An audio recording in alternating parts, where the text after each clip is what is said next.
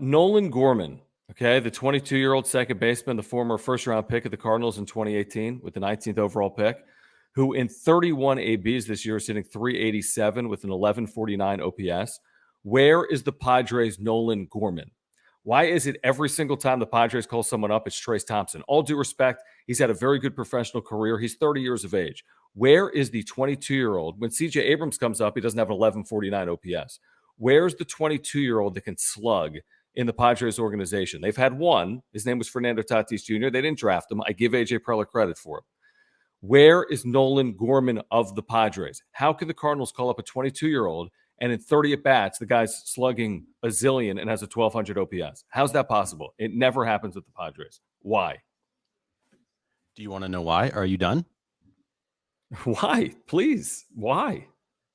They trade them all because Ty France ends up in Seattle. Well, yeah, that too. But the player development in this organization since AJ Preller's gotten here has been horrendous.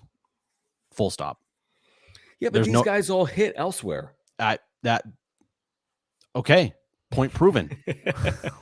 Like they get better advice. They get developed in a way that the Padres do not develop players, to your point, that can come up out of nowhere and do what this dude's doing for the Cardinals. It's as simple as that. So you're saying it's more player development than it is scouting and drafting? It's all of it. It's scouting, it's drafting, but hold on, player they're development. Drafting Ty France. They're drafting who rakes for Cleveland?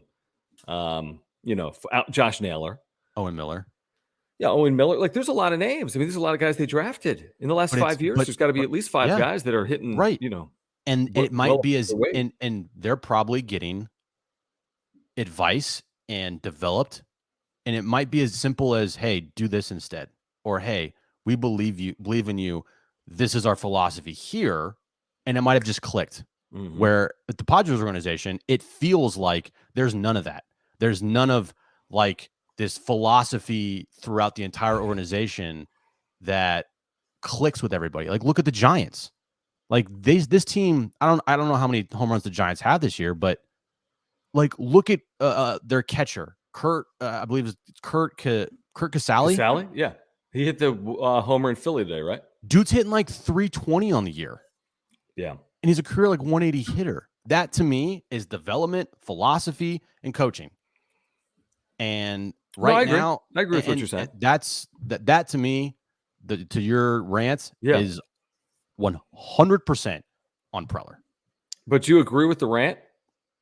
Like, where's your 22-year-old slugger? Like, John, we've been saying that every year since Preller's been here, and the only person that has come up and done it is Fernando Tatis Jr. But it's just noticeable when you see someone like literally Nolan Brian Gorman, who was born in May of 2000. Right, I get it. I mean, I'm on your side. I'm with you. This guy has a 472 on base percentage. Like, you'd hope, hey, let's bring up Nomar Mazara, and all of a sudden he becomes your Norman. Right, but Nomar Mazara is 32. I know, but just anybody, just bring up somebody and have him ball out for 3 weeks. That's so you got Marcano, who hits a 3-run home run at Dodger Stadium tonight. Yeah, you've got Urias, who hit like 400 home runs last year for the Brewers and killed the Padres this past week. He hit a 3-run homer today, by the way. What's that? He hit a 3-run homer today, by the way, to give the Brewers the lead in the 7th inning. Okay, so you have that. You've got, again, we talked about Naylor and France, Owen Miller.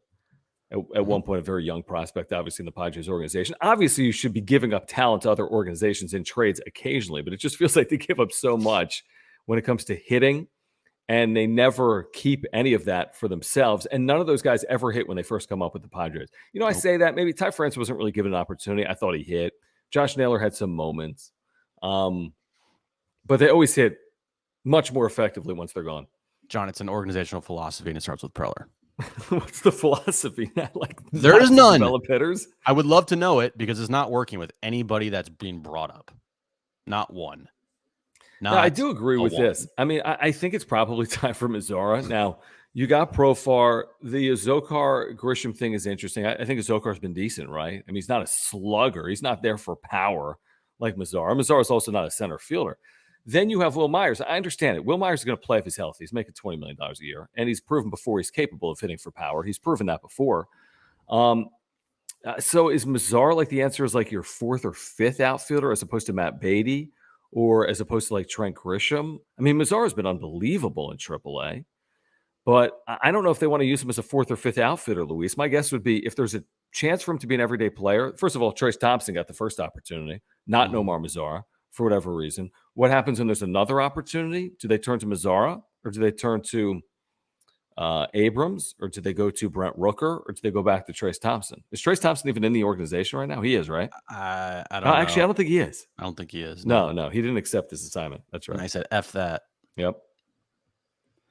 It's a mystery that I don't think we'll ever find out why. Wait, what's the mystery about developing hitters or Nomar Mazara?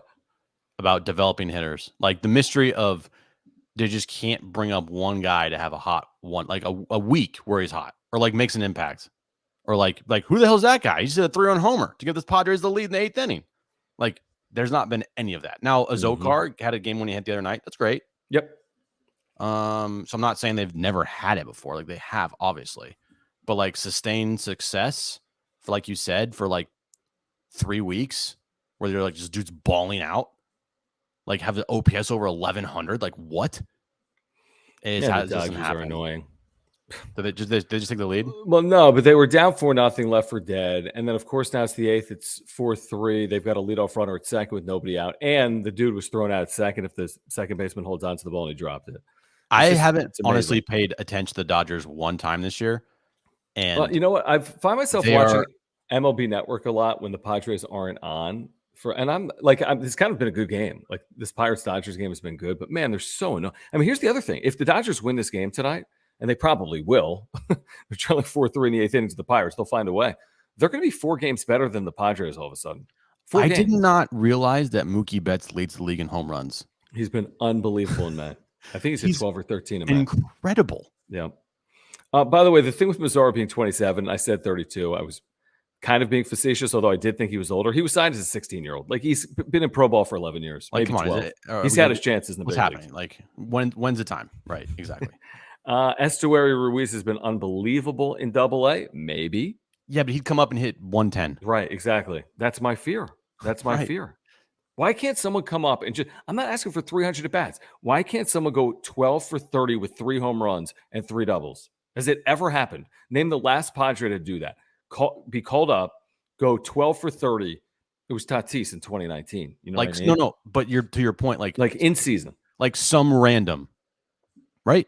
Yeah, I mean, this guy's a former first-rounder, my boy Nolan Gorman. Yeah, but not, I mean, is 19th overall. He was the first overall pick. Is Norman Gorman like this top-rated prospect in the Cardinals organization? Maybe he may be for a first-round pick. Maybe, but I've never heard of him until today. That doesn't mean anything. I don't know. That means that. So can someone please Google Cardinals top 10 prospects and let me know where Nolan Gorman is? He's got to be a top prospect to be doing this. Let me do this. Nolan Gorman. This is an unbelievable stat. Mookie's got 12 home runs since May. Padres have 14. As a team. That's an amazing stat. That's all you need to know. And the Padres are still winning baseball games. Okay, Nolan Gorman's the second-ranked Cardinals prospect. Obviously, the guy's a former first-round pick and raking in the big leagues. You know? So, yeah, it's AJ Abrams. What the hell, bro? I know. That's what I'm saying. It's like, and listen, Abrams had probably much less minor league seasoning because he was, like, hurt. He has, like, 70 games. And he's also younger. He's 21, and this dude's 22, but still, you know?